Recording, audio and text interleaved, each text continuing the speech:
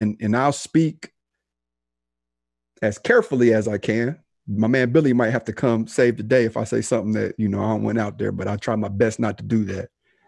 In 2017, the city of Columbus had 143 homicides.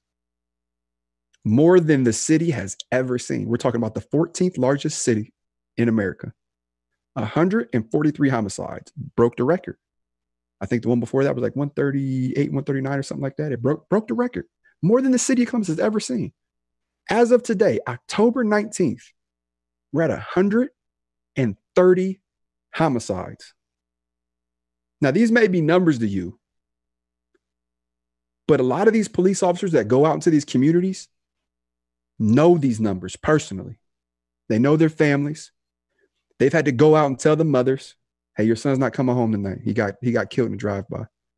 They've had to go out and tell the fathers, hey, your son got stabbed at the club last night. You're never going to see him again.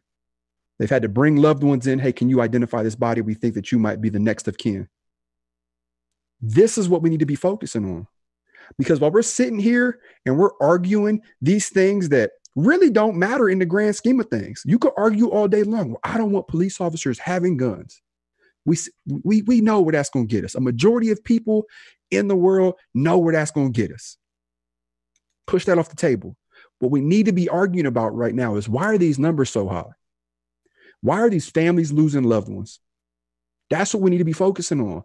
Stop letting these people in power pull the shade over your eyes.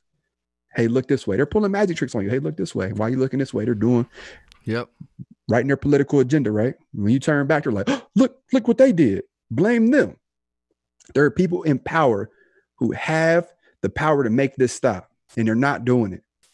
They're not doing it.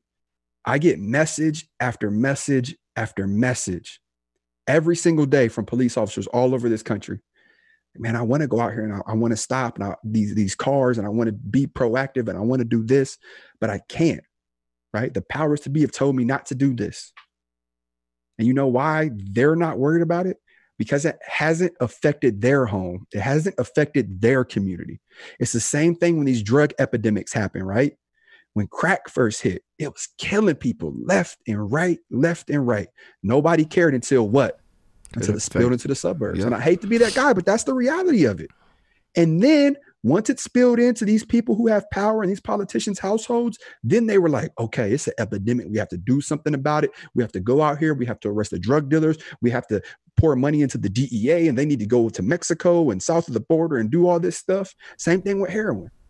It's happening now. Let me tell you this, because I saw this. So Riverside County DEA's office just got the largest bust in the history. So let me read you the numbers of this. History of what? Since the DEA ever. Oh, okay. Seizure in that of county. I'm sorry. I just want to for the world. The world. Yeah. Okay. So let me tell you how much drugs they got off the street. Says the largest domestic meth bust in the agency's history. They seized 2,200 pounds of methamphetamine, 893 pounds of cocaine, 13 pounds of heroin and also heroin, as well as fentanyl, that was located here in Riverside County. And it was being transported and trafficked with ties to Sinaloa cartel. Now, let me tell you guys this.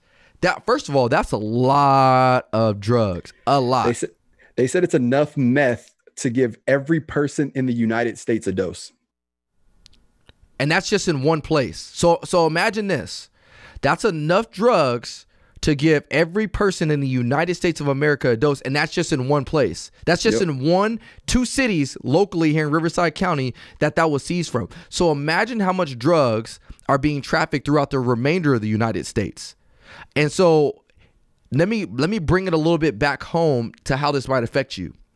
Recently, at my department where I've been working at, we have gone on multiple overdoses involving very, very young adults. I'm talking about 19 years old, 20 years old, as young as 16 to 17 years old. What they're taking actually, and not only that, when I was working at the high school, we went on overdoses at the middle school level because they're all taking Xanax or they're all taking Percocet. Well, why is that significant? Well, because that Xanax, that Percocet, that Oxycontin, a lot of it is laced with fentanyl. And we've talked about fentanyl before. A small amount of fentanyl is enough to kill that person and another person, even if they just take a little small piece of that pill that they're taking. The scary part is they don't know what they're taking. So this is a true story. This happened as recent as a couple weeks ago. There was a young girl who took a fentanyl pill thinking it was Percocet or Oxycontin. And when she took it, her and her boyfriend went home, and as they went home, they're chilling. She starts to overdose, and when you overdose on that stuff, it makes you sound like you're snoring. So the person, if you and I were together, Billy, and I start overdosing, you're gonna think, oh man, this dude is like really high right now because it looks like I'm sleeping. So I start to make this snoring sound, and you start to think, oh man, he's just really out, like he's snoring big time. You don't really panic because you just think I'm sleeping, when in all actuality, what's actually going on is I can't breathe. And so that I'm actually going through an overdose, but you're led to believe that I'm sleeping. And so in this specific case involving that young lady, she was with her boyfriend. Boyfriend thought, hey, she's just going through, she's sleeping, is, going through some tough stuff. He even tells his mom and them, they say, hey, you know what? We're not going to call the police just yet because we think she's just going through some type of very, very deep sleep or whatever. They wake up, they go to sleep in the middle of the night. They go back to sleep because she's just thinking she's sleeping it off. They wake up in the morning and she's cold to the touch and she's dead, ice cold. Yep. That's not the first time I've gone on a call like that. Why do I bring this up? The reason I bring it up is simply because of this. We're talking about police brutality being an epidemic. A health crisis is what people are saying. That police officers are killing people at outrageous numbers and levels. No, what's killing people at outrageous numbers is these drugs that are hitting these streets, are the guns that are hitting the streets. In my city right now, we are recovering more guns than ever before in the history of our department. We are recovering guns every single week. Just yesterday, there was a shooting in my city, and we recovered multiple guns during that situation. And so why is this all occurring? Is because people don't fear law enforcement anymore. People don't fear consequences anymore.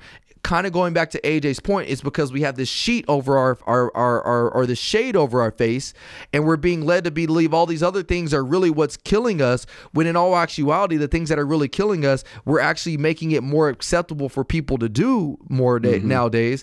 And we're saying, no, the real problem is these police officers. So I'm saying this, don't get me wrong. Can we get better in law enforcement? Absolutely. Do we need to get rid of some of the bad police officers in law enforcement? Absolutely. But don't be led to believe that you should be riding down the street and you're scared to be pulled over by a police officer because they're going to kill you. Your chances of being killed by drugs, your chances of being killed by somebody else that looks like you in your community are a lot higher than being killed by a police officer.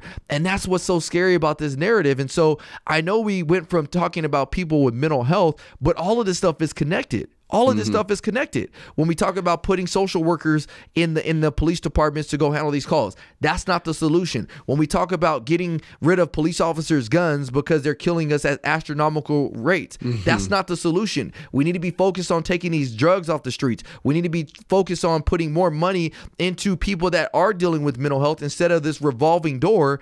And what that revolving door is you put a person on a 72-hour hold because they're going through a mental health crisis, and then after that 72 hours is over, nothing else happens because nobody follows up with them, and they're right back on the street. And that same police officer is dealing with them 3 days later because they didn't get the necessary treatment that they needed. And why? Because we're not putting the necessary resources to that problem. We're putting it towards all this other stuff.